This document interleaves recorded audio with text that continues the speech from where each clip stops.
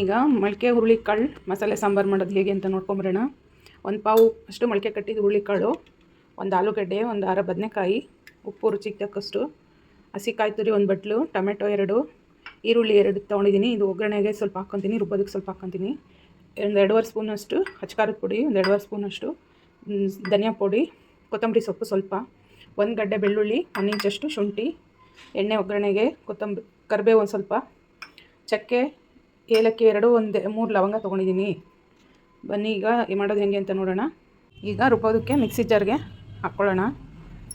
ಕಾಯಿ ತುರಿ ಸ್ವಲ್ಪ, ಹಾಗೆ ಶುಂಠಿ ಬೆಳ್ಳುಳ್ಳಿ, ಕೊತ್ತಂಬರಿ ಸೊಪ್ಪು,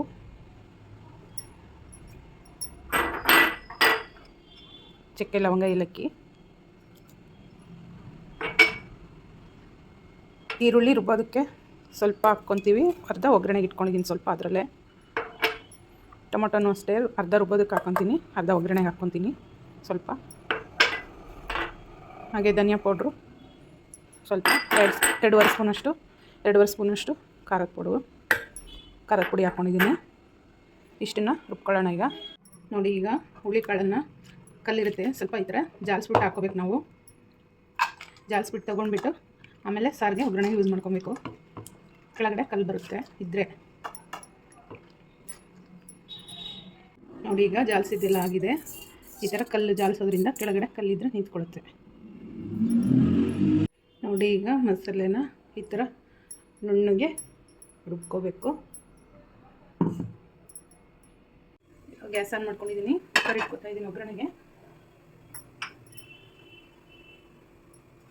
ಎಣ್ಣೆ ಹಾಕ್ಕೊತಾ ಇದ್ದೀನಿ. ಎಣ್ಣೆ ಕಾಯ್ದು ಸ್ವಲ್ಪ, ಎಣ್ಣೆ ಬಿಸಿ ಆಗಲಿ ನೋಡಿ. ಈಗ ಎಣ್ಣೆ ಕಾದಿದೆ. ಈಗ ಈರುಳ್ಳಿ ಹಾಕ್ಕೊತಾ ಇದ್ದೀನಿ.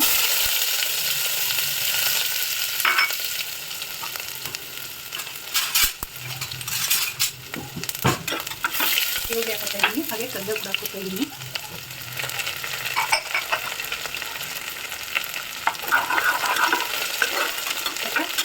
ಟೊಮೊಟೊ ಅರ್ಧ ಉಳಿಸಿಟ್ಕೊಂಡಿರುವಂಥ ಟೊಮೊಟೊ ಹಾಕ್ಕೊಂಡು, ಟೊಮೊಟೊ ಹಾಕಿದ್ಮೇಲೆ ಸ್ವಲ್ಪ ಇದನ್ನು ಬೇಯಿಸ್ಕೊಳ್ಳೋಣ. ನಂತರ ಹಿಂಗು ಹಾಕ್ಕೊತಾ ಇದ್ದೀನಿ ಸ್ವಲ್ಪ. ಇಂಗ್ರೀಡಿಯೆಂಟ್ಸ್ ತೋರಿಸೋವಾಗ ಹೇಳಿಲ್ಲ, ಈಗ ಹೇಳ್ತಾ ಇದ್ದೀನಿ ನೋಡಿ. ಹಿಂಗು ಸ್ವಲ್ಪ ತೊಗೊಂಡಿದ್ದೀನಿ, ಯಾಕಂದರೆ ಹುರುಳಿಕಾಳು ಆಗಿರೋದ್ರಿಂದ ಅದು ಗ್ಯಾಸ್ ಪ್ರಾಬ್ಲಮ್ ಅಂತ, ಹಾಗಾಗಿ ಸ್ವಲ್ಪ ಹಿಂಗು ಹಾಕ್ಕೋಬೇಕು. ಒಳ್ಳೆಯದು. ಹಿಂದೆ ಇರೋರು ಸ್ಕಿಪ್ ಮಾಡ್ಕೋಬೋದು. ಹಿಂಗು ತಿಂದೆ ಇರೋರು ಕೆಲವರು ಹಿಂಗೆ ತಿನ್ನೋದಿಲ್ಲ ನೋಡಿ. ಈಗ ಸ್ವಲ್ಪ ಬೆಂದಿದೆ. ಈಗ ಜಾಲಿಸಿ ಇಟ್ಕೊಂಡಿದ್ದಂಥ ಹುರುಳಿಕಾಳುಗಳನ್ನ ಹಾಕ್ಕೊತಾ ಇದ್ದೀನಿ.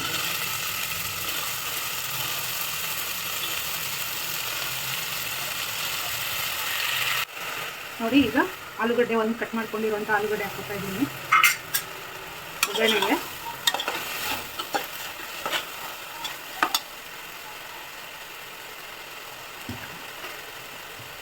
ಹಾಗೆ ಕಟ್ ಮಾಡಿ ಇಟ್ಕೊಂಡಂಥ ಬದನೆಕಾಯಿ ಹಾಕ್ಕೊತಾ ಇದ್ದೀನಿ.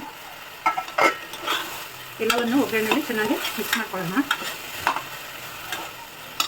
ನಂತರ ಉಪ್ಪು ತೊಗೊಂಡಿದ್ವಲ್ಲ, ಉಪ್ಪು ಹಾಕ್ಕೊಳ್ಳೋಣ.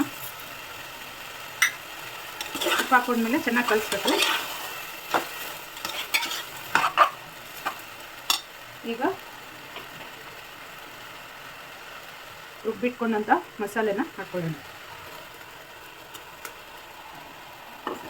ಮಸಾಲೆ ಹಾಕ್ಕೊಂಡು ಒಗ್ಗರಣೆಲ್ಲೇ ಸ್ವಲ್ಪ ಹೊತ್ತು, ಒಂದು 2-3 ನಿಮಿಷ ಚೆನ್ನಾಗಿ ಇದನ್ನು ಒಗ್ಗರಣೆ ಜೊತೆ ಫ್ರೈ ಮಾಡ್ಕೋಬೇಕು. ಈ ಥರನೇ ನೀರು ಹಾಕ್ತೀರಾ, ಆಮೇಲೆ ನೀರು ಹಾಕ್ಕೊಳ್ಳೋಣ. ಯಾಕಂದರೆ ನಾವು ಹಸಿದೆ ಎಲ್ಲ ಇಂಗ್ರೀಡಿಯೆಂಟ್ಸ್ ರುಬ್ಕೊಂಡಿದ್ರಿಂದ ಒಗ್ಗರಣೆಯಲ್ಲಿ ಸ್ವಲ್ಪ ಈ ಥರ ಬೇಯಿಸ್ಕೋಬೇಕು. ನಂತರ ನೀರು ಹಾಕ್ಕೊಳ್ಳೋಣ ನೋಡಿ. ಈಗ ಮಸಾಲೆ ಎಲ್ಲ ಈ ಥರ ಕುದೀತಾ ಇದೆ ಒಗ್ಗರಣೆಯಲ್ಲಿ. ಈಗ ಮಿಕ್ಸಿ ತೊಳೆದಂಥ ನೀರು, ಸ್ವಲ್ಪ ಮಿಕ್ಸಿಯಲ್ಲಿ ನೀರು ಹಾಕ್ಕೊಳ್ಳೋಣ. ನಮಗೆ ನೀರು ಎಷ್ಟು ಕ್ವಾಂಟಿಟಿ ಬೇಕೋ ನೋಡಿಕೊಂಡು ನೀರು ಹಾಕ್ಕೊಳ್ಳೋಣ. ಕೆಲವರು ಸ್ವಲ್ಪ ಗಟ್ಟಿ ತಿಂತಾರೆ, ಕೆಲವರು ಸ್ವಲ್ಪ ನೀರು ಥರ ಇರಬೇಕು, ನೋಡ್ಕೊಂಡು ಹಾಕ್ಕೊಳ್ಳಿ. ನೀರನ್ನ ಹಾಕ್ಕೊಂಡು ಒಂದು 2-3 ವಿಸಲ್ ಹಾಕ್ಸೋಣ.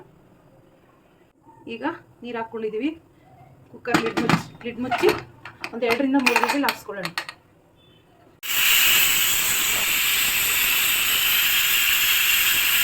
ಮೂರು ವಿಸಲ್ ಆಗಿದೆ. ನೋಡೋಣ ಬನ್ನಿ ಈಗ ಹೇಗಾಗಿದೆ ಅಂದ್ಬಿಟ್ಟು. ನೋಡಿ, ರೆಡಿಯಾಗಿದೆ. ಮೊಳಕೆ ಕಾಳು ಸಾಂಬಾರು ಮಸಾಲೆ ರೆಡಿಯಾಗಿದೆ ನೋಡಿ. ತುಂಬ ಟೇಸ್ಟಿಯಾದ ಮೊಳಕೆ ಕಟ್ಟಿದ ಹುರುಳಿಕಾಳಿನ ಸಾಂಬಾರು ರೆಡಿಯಾಗಿದೆ. ಇದು ಅನ್ನಕ್ಕೆ, ಮುದ್ದೆಗೆ ಹಾಗೂ ಚಪಾತಿಗೂ, ದೋಸೆ ಕೂಡ ತಿನ್ಬೋದು.